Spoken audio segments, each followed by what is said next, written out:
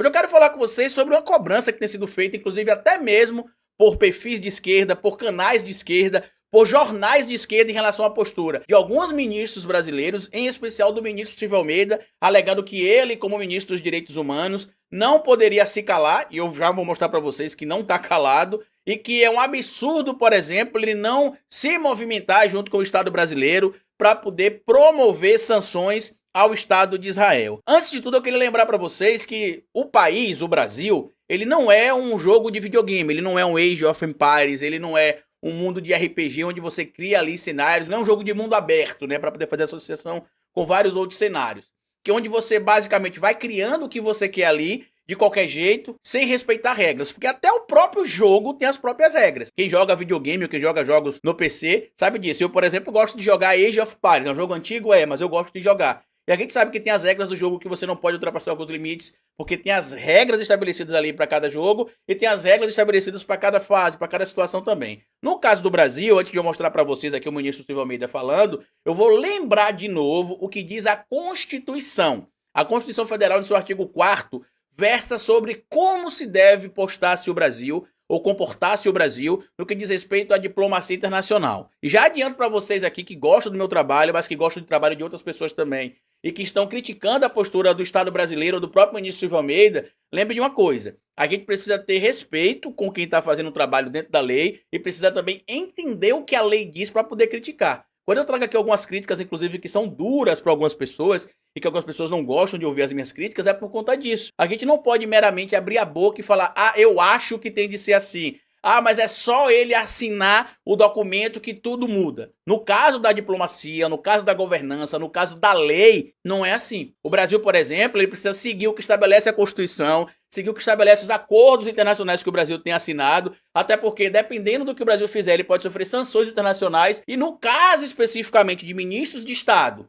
e do próprio presidente da República, que violar o que estabelece o artigo 4º da Constituição, sabe o que acontece, amiguinhos? Isso aqui vai para quem é de esquerda, por exemplo, que está exigindo coisas que ultrapassam o limite legal. O presidente pode ser enquadrado em crime de responsabilidade e ser impeachmentado. A gente lembra no passado recente o que aconteceu quando começaram a cobrar uma presidenta que não tinha cometido crime, caindo inclusive na onda da própria mídia tradicional para atacar a presidenta Dilma Rousseff, e a gente viu o que aconteceu. Depois se descobriu que ela não tinha cometido crime nenhum, mas já era tarde. O golpe já tinha sido consumado, o Michel Temer já tinha chegado ao poder, Bolsonaro venceu a eleição de 2018 e o presidente Lula foi para a prisão, porque existia um complô, inclusive armado ali com o Sérgio Moro e com o Deltan Dallagnol, para que se manipulasse supostamente provas, para que aqueles que eles queriam colocar na cadeia fossem presos e aqueles que eles queriam supostamente ajudar seriam ajudados ali para vencer a eleição. Mas vamos ler aqui o que diz a Constituição no artigo 4º e depois eu vou mostrar o vídeo do ministro Silvio Almeida para vocês. A República Federativa do Brasil rege-se nas suas relações internacionais pelos seguintes princípios: inciso 1º, independência nacional; inciso 2º, prevalência dos direitos humanos; inciso 3º, autodeterminação dos povos; inciso 4º, não intervenção, e aí a gente consegue entender por que o Estado brasileiro não pode intervir em outro Estado, por exemplo; inciso 5º, igualdade entre os Estados, por isso que o Brasil inclusive está defendendo a autonomia e independência do Estado da Palestina;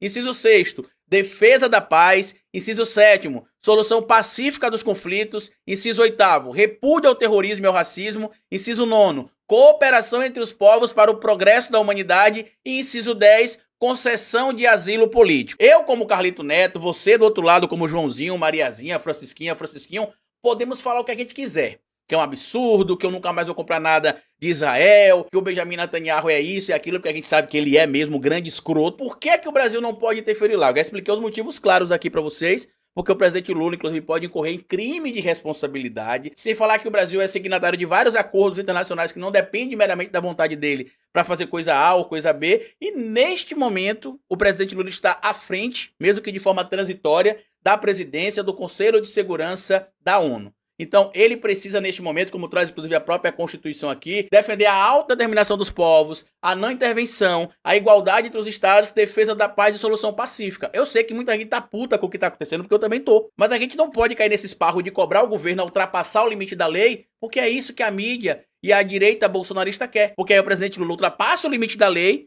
incorre em crime de responsabilidade, e a gente lembra, como eu já citei, o que aconteceu em 2016.